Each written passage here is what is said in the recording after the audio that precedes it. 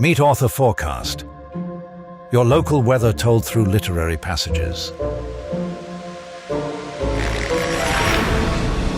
The day was perfect. A breeze from the north drove little puffs of white cloud across an ultramarine sky, with a bright sea running under it.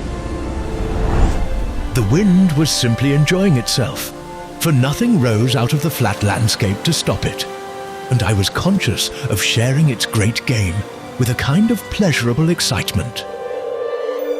It grew colder and colder still, and fine powdery snow began to fall, so that soon we and all around us were covered with a white blanket. There was a clap of thunder, and the rain came down like a waterfall. The water fell not in drops, but beat on the earth in streams.